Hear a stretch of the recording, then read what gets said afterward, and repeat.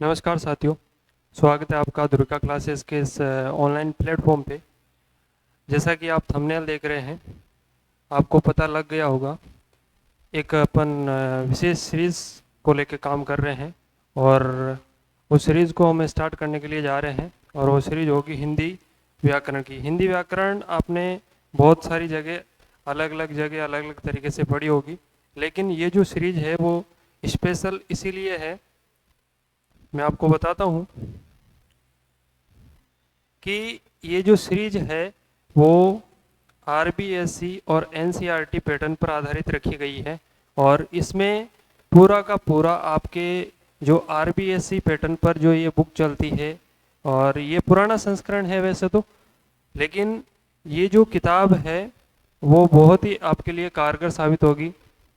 ये 2019 का संस्करण है, नए संस्करण भी इसके बाद में आए हैं, लेकिन ये जो किताब है एकदम शानदार रिजल्ट देके गई है सारे कॉम्पिटिटिव एग्ज़ाम के अंदर।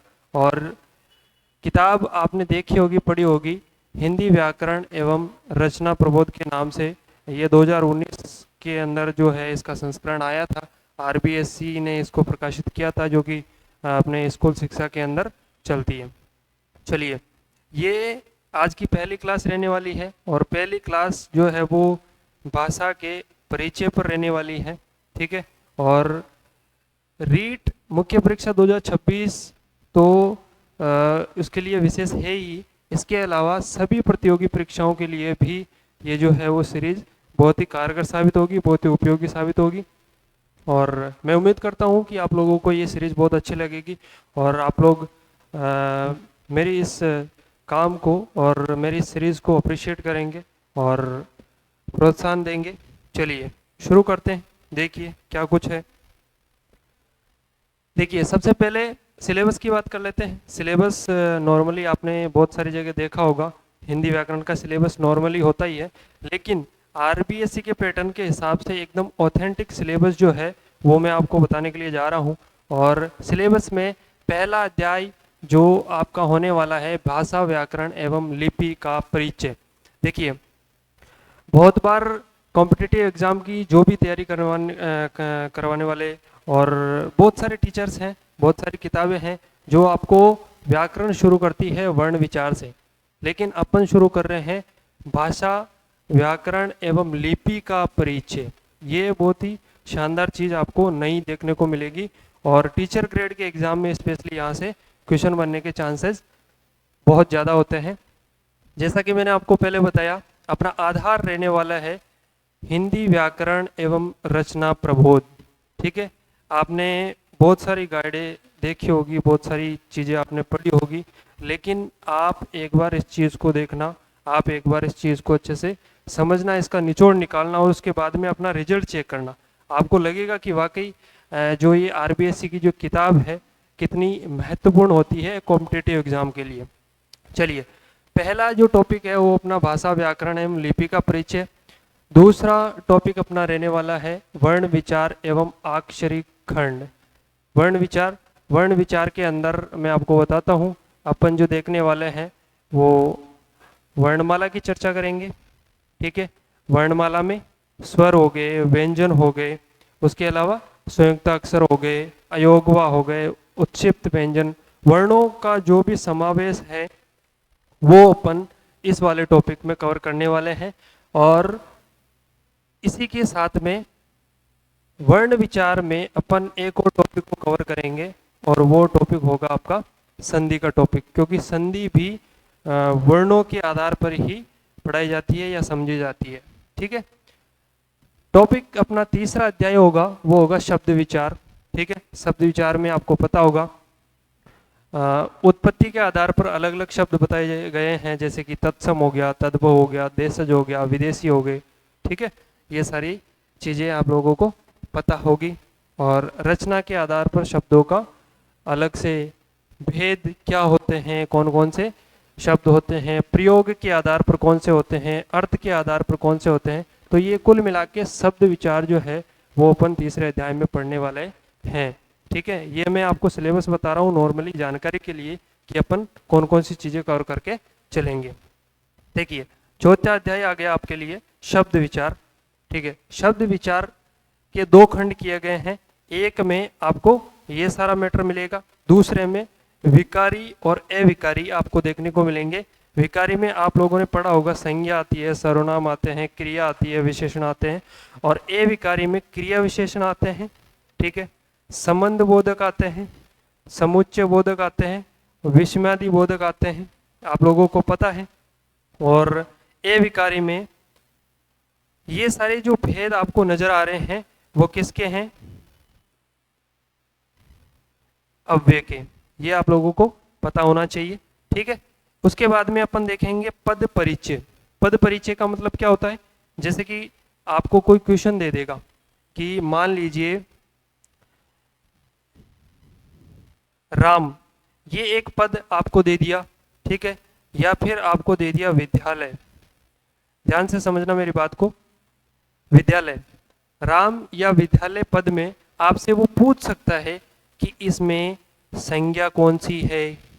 ठीक है, इसमें व्यक्तिवाचक संज्ञा है या जातिवाचक संज्ञा है या भाववाचक संज्ञा है, इसमें पुरुष कौन सा है। ठीक है, और इसी के साथ में और भी सारी चीजें जो एक पद के परिचय के रूप में आपको देखने को मिलेगी, वो सारी चीजें इसमें होगी। उसके बाद में अपन चलने वाले हैं शब्द शक्तियों की ओर। शब्द शक्तियाँ, लक्षणा, मौला, व्यंजना, ये सारी चीजें आप लोगों ने देखी होगी, सुनी होगी। चलिए उसके बाद में देखते हैं शब्द रूपांतरण। शब्द रूपांतरण में क्या आ गया? लिंग, वचन, कारक, काल और वाच्य, ये चार टॉपिक अपन इसमें कवर करने वाले हैं। उसके बाद अपना टॉपिक आएगा संधि। ठीक है, और संधि को अपन अच्छे से एनालिसिस करेंगे, और उस संधि में अपन तीनों संधियों को कवर करने वाले हैं। तीनों संधियों में आप लोगों को पता होगा, स्वर संधि है, व्यंजन संधि आती है, और उसी के साथ में विसर्ग संधि भी आपको देखने को मिलती है। इन तीनों संधियों को अपन अच्छे से एनालिसिस करेंगे, विश्लेषण रूप से इनका जो है वो अपन एनालिसिस करेंगे, समझेंगे, पढ़ेंगे। उसके बाद में अपन चलेंगे समास की ओर। समास को अपन देखेंगे, और समास के बाद में उपसर्ग पढ़ेंगे, उपसर्ग के साथ में प्रत्यय। देखिए प्रत्ययों को भी डिवाइड किया गया है। प्रत्ययों को किस तरीके से डिवाइड किया गया है? कृदंत प्रत्यय अलग है, तद्धित प्रत्यय अलग है। ठीक है, जो कि तद्धित प्रत्यय आपको पता है धातु के साथ में प्रयोग होते हैं। ठीक है, ये बहुत डिटेल की चीजें हैं जो कि आपको अच्छे से पढ़ने को मिलेगी। उसके बाद में अपन वाक्य विचार की ओर चलने वाले हैं। वाक्य विचार में सरल वाक्य क्या होता है, संयुक्त वाक्य क्या होता है, मिश्र वाक्य क्या होता है, और वाक्य शुद्धि के भी जो है वो क्वेश्चन आपसे पूछे जाते हैं बहुत सारे कॉम्पिटिटिव एग्जाम के अंदर। और ये जो है वो अपन वाक्य विचार वाले टॉपिक में पढ़ने वाले हैं। देखिए उसके बाद में देखिए अर्थ विचार। अर्थ विचार में पर्याय हो गया, विलोम हो गया, पर्यायवाची हो गए। ठीक है, ये सारी चीजें। और पर्यायवाची, विलोम और वाक्यांश के लिए एक शब्द और समानार्थी, इन दोनों को आपने कहीं पे देखा होगा सिलेबस में, या जहाँ पे भी आपने हिंदी पढ़ी है या हिंदी को समझने का प्रयास किया है, वहाँ पे वाक्यांश के लिए एक शब्द होता है, एक आपको पूरा एक वाक्य दे दिया जाता है, और उसमें से एक शब्द आपसे मांगा जाता है कि इन निम्न में से जो हमेशा के लिए विजयी होता है उसको क्या बोलते हैं, या फिर इस तरीके के बहुत सारे क्वेश्चन अपन अच्छे से एनालिसिस करेंगे। समानार्थी, समानार्थी का मतलब होता है, जैसे कि मैं आपको एक एग्जांपल देता हूँ। एक तो हो गया अस्त्र और एक हो गया शस्त्र, ये दोनों समानार्थी पद है। ठीक है, समझना अच्छे से। समानार्थी अस्त्र जो कि फेंक कर चलाया जाता है, ठीक है, और शस्त्र जो कि पकड़ के चलाया जाता है, ये सारी चीजें समानार्थी शब्द। ठीक है, उसके बाद में विराम चिन्ह। विराम चिन्ह का मतलब ये होता है कि हिंदी व्याकरण में या फिर जहाँ पे भी आप हिंदी को कहीं ना कहीं पे लिख रहे हैं, तो उसके मानक शुद्ध रूप के रूप में आपको फुल स्टॉप कहाँ पे लगाना है, आपको जो है अल्प विराम कहाँ पे लगाना है, आपको इन्वर्टेड कोमा कहाँ पे लगाना है, ये सारी चीजें किस में होगी? विराम चिन्हों के अंदर होगी। उसके बाद में अपन चलने वाले हैं शुद्धिकरण की ओर। शुद्धिकरण में शब्द शुद्धि होगा और वाक्य शुद्धि होगा। देखिए वाक्य विचार के अंदर अपन पढ़ने वाले हैं कि वाक्य क्या होता है, वाक्य कितने प्रकार के होते हैं, सरल वाक्य, मिश्र वाक्य, है ना, संयुक्त वाक्य, ये सारी चीजें। लेकिन वाक्य शुद्धि अपन अलग से पढ़ेंगे इसमें शुद्धिकरण वाले टॉपिक में, कि एक वाक्य दे दिया गया है कुछ अलग सा जो कि व्याकरणिक दृष्टि से अशुद्ध है, उसको वापस आपको शुद्ध करना है, या फिर एक ऑप्शन में, एक क्वेश्चन में 3 अशुद्ध दे दिए हैं, एक शुद्ध आपको छांटना है। ठीक है, इस तरीके के क्वेश्चन आपको देखने को मिल सकते हैं। मुहावरे, लोकोक्तियाँ, हर एक कॉम्पिटिटिव एग्जाम के अंदर मुहावरे और लोकोक्तियाँ जो है आपके सिलेबस के अंदर रहता है, चाहे टीचर ग्रेड के एग्जाम हो, चाहे आरपीएससी एसआई का एग्जाम हो, चाहे सीईटी हो, या फिर एंट्रेंस कोई भी एग्जाम हो, प्री डीएलएड हो, पीटीटी हो, सेंटर का कोई भी सीटेड वगैरह कुछ भी हो। चलिए, उसके बाद में अपन देखने वाले हैं अलंकार की तरफ। और ये जो चीज़ें हैं ये व्याकरण से, इतर व्याकरण से अलग जो है वो पोर्शन है, आप इसको अच्छे से समझना। अलंकार में अनुप्रास अलंकार हो गया, उपमा, श्लेष, यमक, रूपक, उत्प्रेक्षा, उदाहरण और विरोधाभास, ये सारे अलंकार जो है वो अपन देखने वाले हैं, समझने वाले हैं। उसके बाद में पत्र एवं कार्यालय अभिलेखन।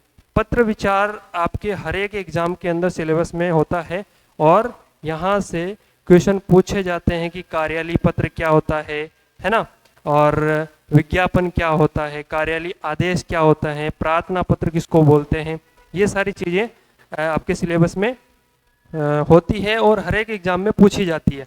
ठीक है, और इसके अलावा इनमें से भी कि कार्यालय पत्र में डेट कहाँ रहती है, और उसमें संवेदना के संदर्भ में क्या प्रयोग होते हैं, ये सारी चीज़ें अपन देखने वाले हैं। चलिए, उसके बाद में संक्षिप्तीकरण एवं पल्लवन।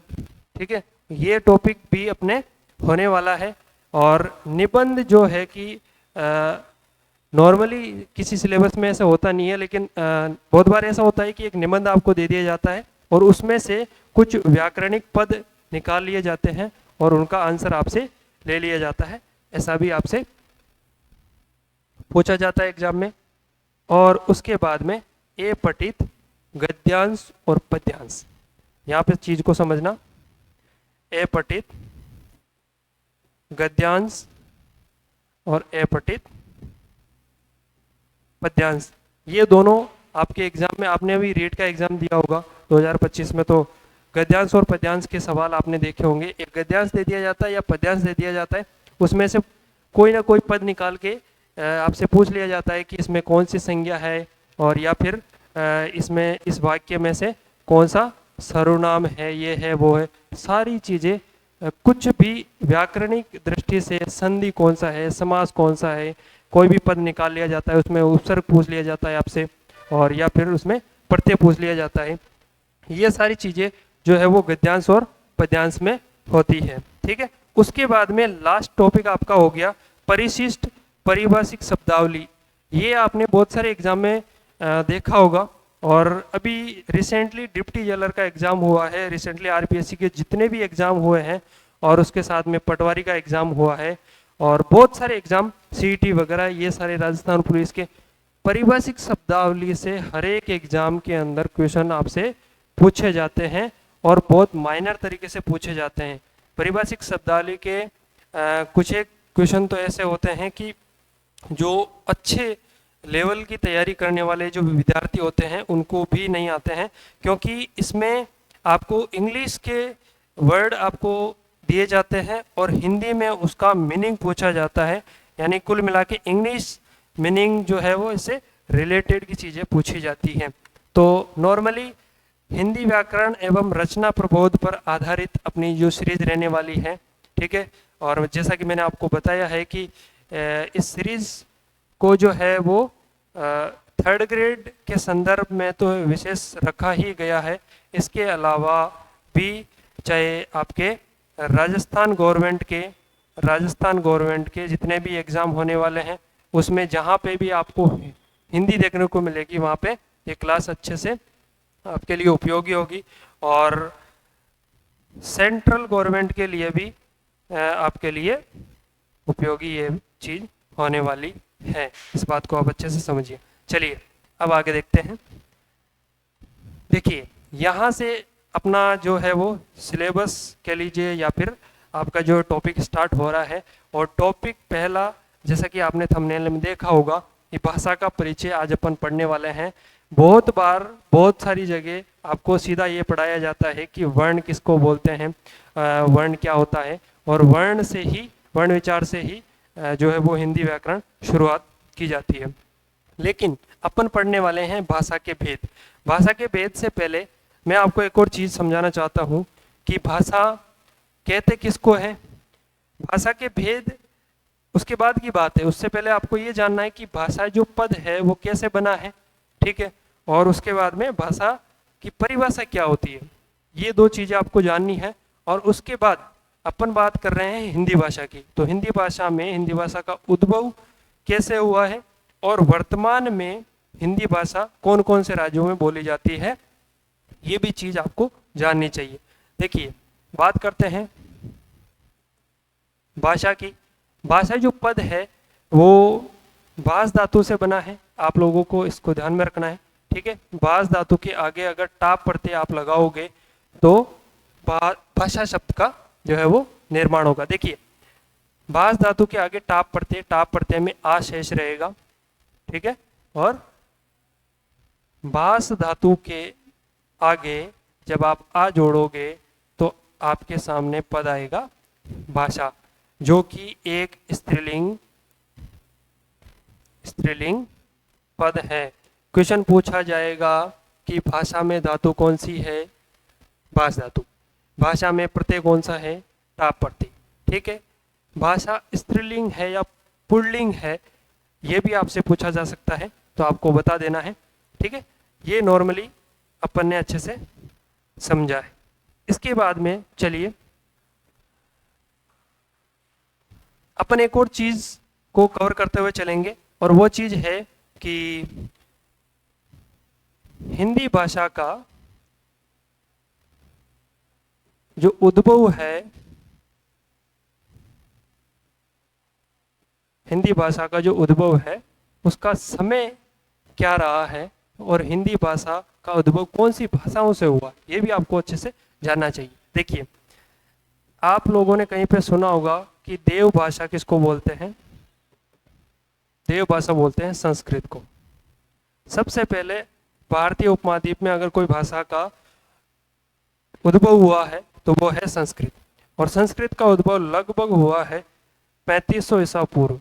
कब हुआ है, इसको अच्छे से समझना, आप लोग यहाँ से क्वेश्चन बन सकते हैं, और स्पेशली टीचर ग्रेड वाले विद्यार्थी ध्यान से सुने। 3500 ईसा पूर्व से लेकर 2500 ईसा पूर्व तक हमारे भारतीय उपमहाद्वीप में जो है वो संस्कृत बोली गई। उसके बाद संस्कृत के बाद में संस्कृत से अवतरण हुआ पाली का, जो कि बोली गई है 2500 ईसा पूर्व से लेकर, इन आंकड़ों को अच्छे से समझना, 2500 ईसा पूर्व से लेकर 2000 ईसा पूर्व तक। 2500 ईसा पूर्व से लेकर 2000 ईसा पूर्व तक, यानी कहने का मतलब है कि लगभग 1000 वर्षों तक, 1000 वर्षों तक भारतीय उपमहाद्वीप पर कौन सी भाषा बोली गई, संस्कृत। उसके बाद में संस्कृत से अवतरण किसका हुआ है, पाली का हुआ है। पाली भाषा 2500 ईसा पूर्व से लेकर 2000 ईसा पूर्व तक जो है वो बोली गई है, ठीक है।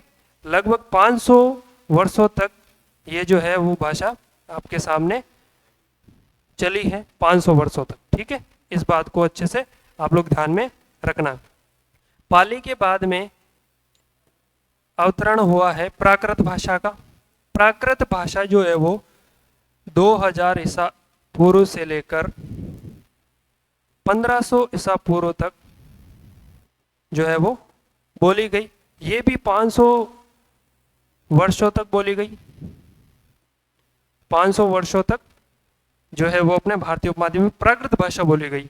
कब से लेकर कब तक, 2000 ईसा पूर्व से लेकर 500 ईसा पूर्व तक, ठीक है। 500 ईसा पूर्व कर लेना इसको। उसके बाद में प्राकृत से अपभ्रंश भाषा का अवतरण हुआ है, ठीक है। प्राकृत से अपभ्रंश भाषा का अवतरण हुआ है। और अपभ्रंश भाषा जो है वो बोली गई 1500 ईसा पूर्व से लेकर 1000 ईसा पूर्व तक, यानी कि ये भी 500 वर्षों तक बोली गई। ठीक है, यहाँ तक क्लियर है। अब देखिए, उसके बाद में एक भाषा का अवतरण हुआ है अपभ्रंश से, और वो है आपकी हिंदी भाषा। कौन सी भाषा? हिंदी भाषा का उद्भव हुआ है। ठीक है, और हिंदी भाषा जो है लगभग 1000 ईस्वी पूर्व से अपन बोलते हुए आ रहे हैं, और वर्तमान तक बोल रहे हैं। ठीक है, ये आप ध्यान में रखना है। 1000 ईस्वी पूर्व से वर्तमान तक, अब तक जो भी भाषा चल रही है वो जो है कौन सी चल रही है? हिंदी भाषा चल रही है।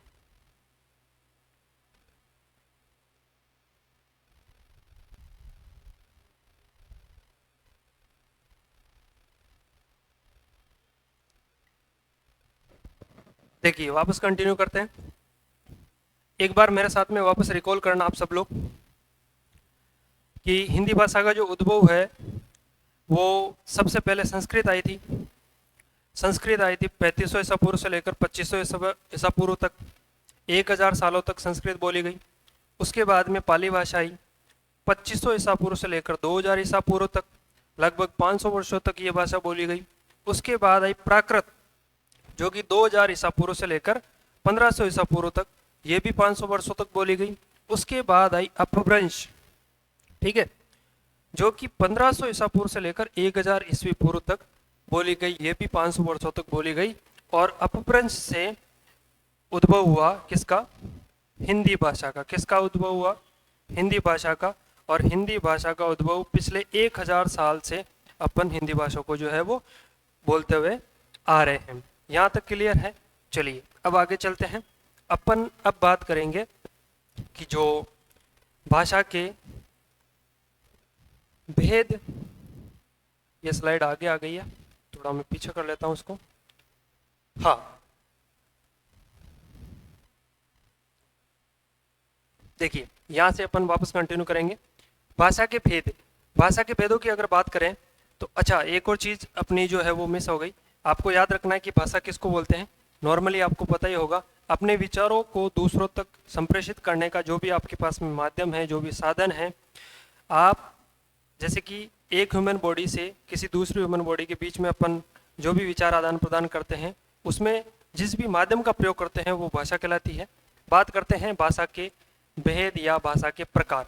देखिए, मौखिक भाषा और लिखित भाषा, हिंदी में आपको ये दो प्रकार देखने को मिलेंगे। संस्कृत में एक और आपको देखने को मिलेगा, वो है सांकेतिक भाषा। ठीक है, जो कि संकेत के माध्यम से, इशारों से, जो भी ब्लाइंडनेस विद्यार्थी ब्लाइंडलेस पर्सन होते हैं, जो भी आपके मान लीजिए कि ट्रैफिक पुलिस वाला अपने इशारों से जो भी बातचीत करता है, या फिर बातचीत तो क्या ही करेगा, वो इशारों से जो भी समझाने का प्रयास करता है, जहाँ पे भी किसी न किसी इशारों से या फिर संकेत के माध्यम से अगर किसी चीज़ को समझाने का प्रयास किया जाएगा, वहाँ पे कौन सी भाषा हो जाएगी?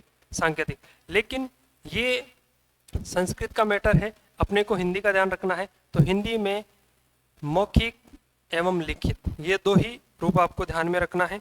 ठीक है, और मौखिक एवं लिखित में जो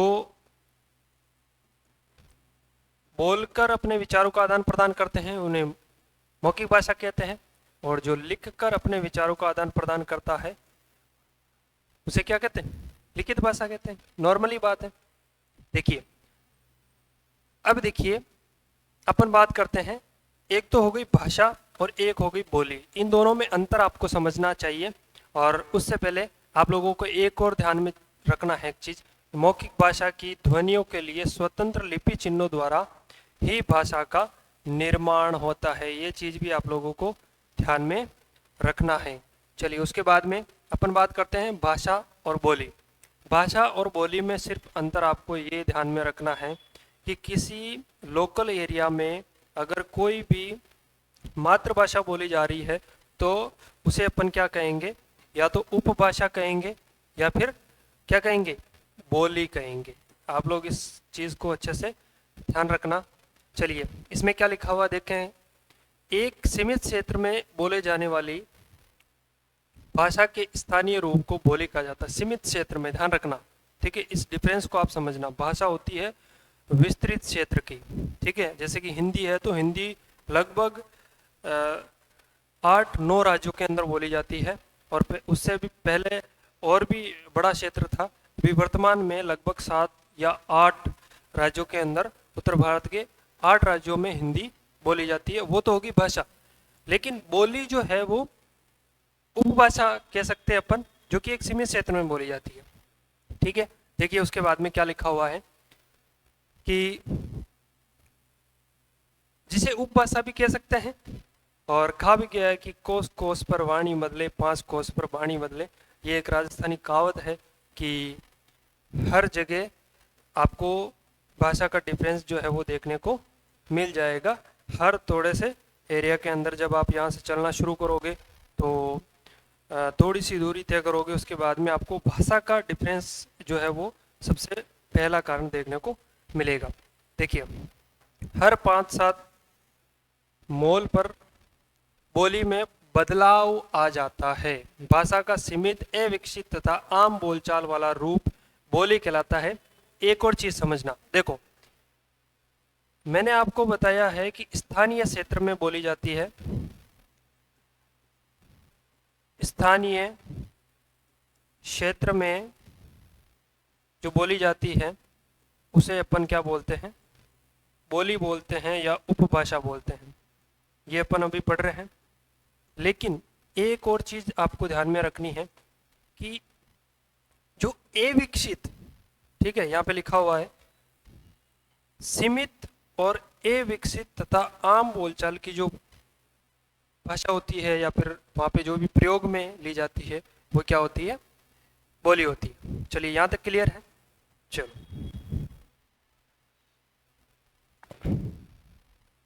हिंदी की बोलियां, यहाँ पे आपको थोड़ा ध्यान में रखना है। यहाँ से क्वेश्चन बनने के जो चांसेस है वो बहुत ही ज़्यादा है। देखिए हिंदी केवल खड़ी बोली यानी कि मानक भाषा का विकसित रूप नहीं है, बल्कि इसमें अन्य बोलियां भी समाहित है जिसमें खड़ी बोली भी शामिल है। हिंदी में खड़ी बोली भी शामिल है। खड़ी बोली अपने आप में एक मानक भाषा नहीं कही जा सकती। देखिए पूर्वी हिंदी जो कि अवधी, बघेली और छत्तीसगढ़ी, ये इसकी उपभाषाएं हैं। ध्यान रखना, उपभाषा किसको बोलते हैं, जो एक सीमित क्षेत्र में चलती है भाषा, जो कि एक विस्तृत क्षेत्र में बोली जाती है। पूर्वी हिंदी के अंदर जो उपभाषा है वो है अवधी, बघेली और छत्तीसगढ़ी। ध्यान में रखना है। पश्चिमी हिंदी में खड़ी बोली कहाँ बोली जाती है, आप लोगों को पता, ज़्यादातर हरियाणा का जो क्षेत्र है वहाँ पे खड़ी बोली का प्रयोग होता है। ब्रज भाषा बांगरू जो कि हरियाणवी का ही एक भाग है। बुंदेली तथा कन्नौजी, ठीक है, बुंदेली जो कि आपके यूपी का एक भाग है, और कन्नौजी जो कि आपके एमपी का एक भाग है। यहाँ पे भी ये भाषा या फिर ये बोलियाँ जो है वो बोली जाती है। एग्जाम की दृष्टि से आपके लिए ये बहुत इंपॉर्टेंट स्लाइड है, ध्यान में रखना। बिहारी को प्रमुख बोलियाँ, सॉरी यहाँ पे बिहारी की होगी, ठीक है, थोड़ा सा करेक्शन कर लेना। बिहारी की प्रमुख बोलियाँ मगही है, मैथिली है तथा भोजपुरी है। बिहार की जो उपबोलियाँ हैं या फिर जो वहाँ पे क्षेत्रीय स्तर पे जो प्रयोग में होती है वो कौन कौन सी है, मगही, मैथिली या भोजपुरी। अब बात करते हैं राजस्थान की। राजस्थानी जो भाषा है वो भी हिंदी का ही एक भाग है। वहाँ पे उपबोलियाँ कौन कौन सी है, देखिए राजस्थान में मेवाड़ी बोली जाती है, मारवाड़ी बोली जाती है, मेवाती बोली जाती है, हाड़ौती बोली जाती है। मेवाड़ी जो कि आपके दक्षिणी राजस्थान का एक हिस्सा है, मारवाड़ी जो कि आपके पश्चिमी राजस्थान में बोली जाने वाली एक महत्वपूर्ण बोली या महत्वपूर्ण उपभाषा हो सकती है। मेवाती उत्तर पूर्व राजस्थान के अंदर मेवाती बोली जो है वो बोली जाती है, और हाड़ौती जो कि आपके दक्षिण पूर्वी एरिया के अंदर बोली जाती है। कुछ विद्वान मालवी, ढूंढानी, बागड़ी को भी राजस्थान की अलग बोलियां मानते हैं, उपभाषा मानते हैं। इस बात को आप लोग ध्यान में रखना है। एक और चीज आपको ध्यान में रखना है, अपने पूर्वी हिंदी पढ़ लिया है, पश्चिमी हिंदी अपन ने देख लिया है, बिहारी, ठीक है, बिहार का क्षेत्र अपन ने कवर कर लिया। उसके बाद में राजस्थान की उपबोलियां जो भी अपन ने पढ़ ली है। अब बात करते हैं उत्तर भारत में पहाड़ी भाषा की। पहाड़ी भाषा में देखिए गढ़वाली, कुमाऊनी तथा मंडियाली बोलियां जो है वो हिंदी की उपबोलियां या हिंदी की उपभाषा के रूप में आपसे पूछा जा सकता है। देखिए अब बात करते हैं अपन, एक तारीख आपको याद रखनी है, 14 सितंबर 1949। 14 सितंबर 1949 की जो तारीख है वो इसलिए आपको याद रखनी है क्योंकि हिंदी को राजभाषा के रूप में स्वीकार किया गया है। कब? 14 सितंबर 1949 को। और इसी दिन 14 सितंबर को ही क्या मनाया जाता है? हिंदी दिवस मनाया जाता है। ये सवाल आपके बन सकता है, ठीक है। राजभाषा स्वीकार किया गया है, कब किया गया है? 14 सितंबर 1949 को। और इसी 14 सितंबर को जो है वो हिंदी दिवस भी मनाया जाता है। ये सवाल पूछा जा सकता है, ठीक है सर। चलिए अब देखते हैं आगे क्या लिखा हुआ है। हाँ, हिंदी भाषा और व्याकरण। देखिए हिंदी भाषा और व्याकरण, कोई भी भाषा होगी तो उसमें सबसे पहली सीढ़ी अगर कोई होगा तो वो होगा व्याकरण। कोई भी भाषा है तो उसको सीखने का सबसे पहला प्रयास या पहली सीढ़ी अगर कोई है तो वो व्याकरण होगा। और व्याकरण अपने को अच्छे से पढ़ना है। व्याकरण जो है वो अपने सिलेबस में है। चलिए, हिंदी व्याकरण हिंदी भाषा को शुद्ध रूप से लिखने और बोलने संबंधी नियमों की जानकारी देने वाला शास्त्र है।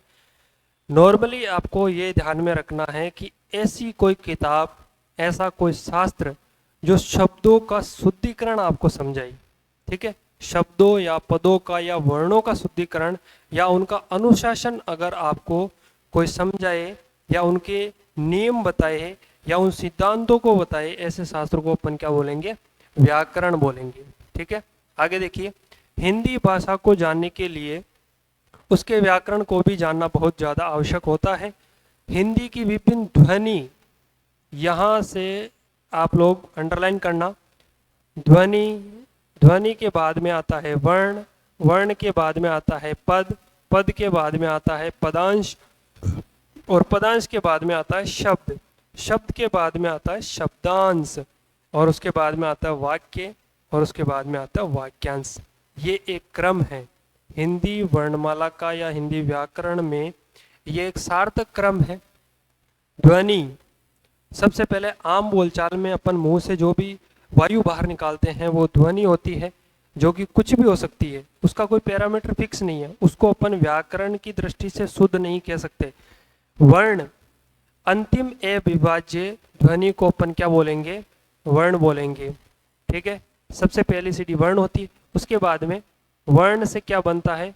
पद बनता है, ठीक है। एक वर्ण के साथ में दूसरा वर्ण मिला तो पद बन गया। पद के बाद में पदांश, जो कि पद का ही एक हिस्सा होता है, उसको थोड़ा सा विस्तृत तरीके से लिखा जाता है शब्द, ठीक है। दो वर्णों से मिलकर बने हुए सार्थक पद को अपन क्या बोलते हैं? शब्द बोलेंगे। ये भी आप लोगों को पता होगा। वर्ण के बाद में पद, पद के बाद में शब्द और शब्द के बाद में वाक्य, ठीक है, शब्द के बाद में वाक्य। ये सारी चीजें अपन डिटेल से पढ़ने वाले हैं वर्णमाला वाले टॉपिक में। अभी मैं सिर्फ आपको ये बता रहा हूं कि हिंदी भाषा और व्याकरण के संबंध में जो सार्थक क्रम होता है वो क्या होता है? वर्ण, पद, शब्द और वाक्य होता है।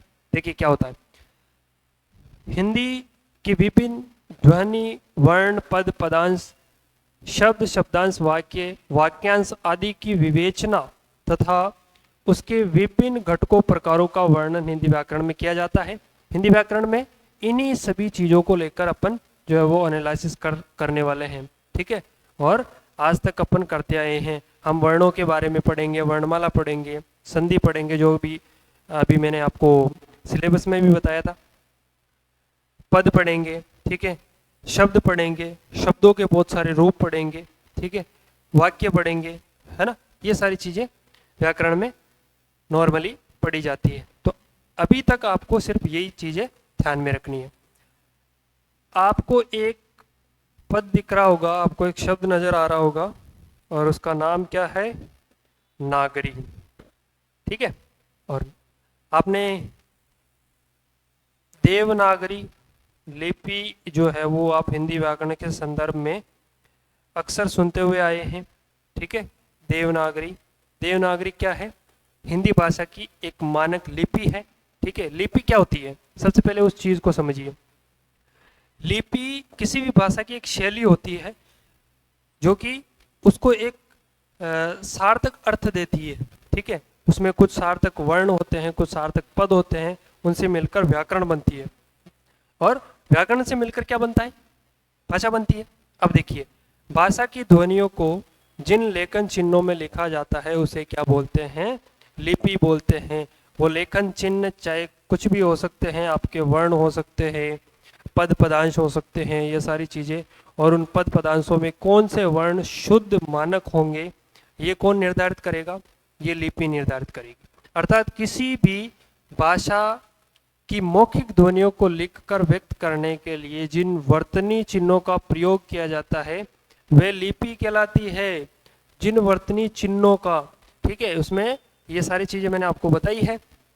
देखिए, एक और चीज आपको ध्यान में रखनी है, वो ये है कि संस्कृत, हिंदी, मराठी, कोंकणी, जो कि एक गोवा का क्षेत्र, समुद्री तट का इलाका है, नेपाली, इन सब भाषाओं की लिपि भी कौन सी है, देवनागरी, ठीक है। चलिए, जिस तरीके से अंग्रेजी की जो लिपि है वो रोमन है, ठीक है। बहुत बार आप लोगों को ये डिफरेंस पता नहीं होता है कि रोमन एक अलग भाषा है, अंग्रेजी एक अलग भाषा है, तो ऐसा नहीं है। रोमन अंग्रेजी की लिपि है, जैसे कि पंजाबी की लिपि है गुरुमुखी, ठीक है, जैसे कि उर्दू की लिपि है फारसी। अब आपने नॉर्मली सुना होगा कि उर्दू एक अलग भाषा है, फारसी भाषा अपन ऐसे कहते हुए सुनते हैं ना, ये कि फारसी भाषा का शब्द है, ये है, जबकि ऐसा नहीं है। फारसी लिपि है उर्दू की, ठीक है। जो फारसी के शब्द है वो उर्दू भाषा के अंदर आते हैं, इस बात को आप अच्छे से ध्यान में रखना है। तो ये जो आरबीएससी के पैटर्न पर आधारित ये जो व्याकरण है रचना प्रबोध की जो पुस्तक है, ये आपके लिए इतनी महीन और शानदार है। ये आप लोगों को पता भी नहीं रहता है कि भाई कि हम इसमें ऐसी ऐसी चीज़ें लिखी हुई है जो अपन नॉर्मली कभी सुनते ही नहीं है, कभी पढ़ते ही नहीं है, और उसका डिफरेंस अपने को पता ही नहीं होता है। और इसीलिए जो है वो एग्जाम में अपन पीछे रह जाते हैं। चलिए आगे क्या लिखा हुआ है। भारत सरकार के अधीन केंद्रीय हिंदी निदेशालय के अनेक भाषाविदों, पत्रकारों, हिंदी सेवी संस्थानों तथा विभिन्न मंत्रालयों के प्रतिनिधियों के सहयोग से हिंदी की वर्तनी को देवनागरी के एक मानक स्वरूप तैयार किया है जो सभी हिंदी प्रयोक्ताओं के लिए मानक रूप से मान्य है।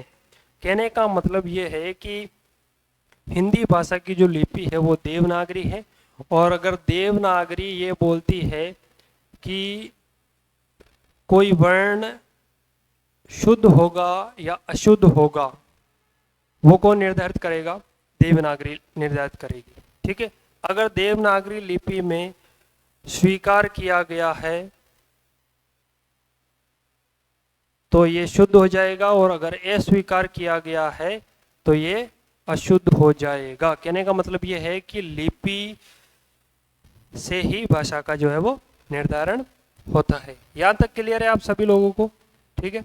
चलिए, ये अपन जो है वो भाषा के संदर्भ में अपन ने जाना है, और उसके बाद में देखिए अभी तक अपन ने जो भी चीज़ें पढ़ी है उसमें वापस आपको रिकॉल करने के लिए जो चीज़ें हैं वो दी गई है कि हम अपनी बात एक दूसरे को भाषा के माध्यम से ही कहते हैं। मतलब हमारे पास में संप्रेषण या आदान प्रदान का सिर्फ एकमात्र साधन है, वो है भाषा। इस बात को आप लोग ध्यान में रखना है।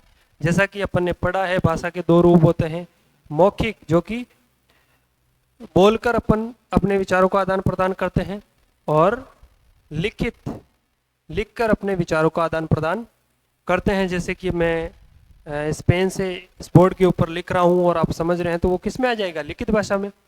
इस माइक्रोफोन से मैं बोल रहा हूँ और आप सुन रहे हैं, मेरी वॉइस को आप सुन रहे हैं, तो ये कौन सी भाषा का जो है वो कौन से प्रकार का हिस्सा हो जाएगा? मौखिक प्रकार का। ठीक है, चलिए, मौखिक भाषा को लिखने के लिए जिन लेखन शैली चिन्हों का प्रयोग किया जाता है उसको अपन क्या बोलते हैं? लिपि बोलते हैं, जो कि अपन ने अच्छे से पढ़ा है। और भाषा के सीमित क्षेत्र में बोले जाने वाले स्थानीय रूप को बोली या उपभाषा कहते हैं। ठीक है, भाषा और उपभाषा के अंदर जो अंतर है वो अपन ने देखा है, ये भी आप लोगों को पता होना चाहिए। और आप लोगों को ये चीज़ लग रही होगी कि यार ये एनसीईआरटी की बुक है, बहुत पुराना संस्करण है। आज तक के प्रीवियस के जो भी क्वेश्चन आप उठा के देख लेना, जितने भी एग्ज़ाम हुए हैं वहाँ पर जो भी हिंदी भाषा के अंदर जो भी एग्जाम्पल्स हैं उसमें नॉर्मली आपको 80% एग्जाम्पल्स जो है वो इस किताब में से देखने को मिल जाएंगे। और नॉर्मल किताब है, अपने को ऐसा लगता है कि इसको तो क्या ही पढ़ा जाए।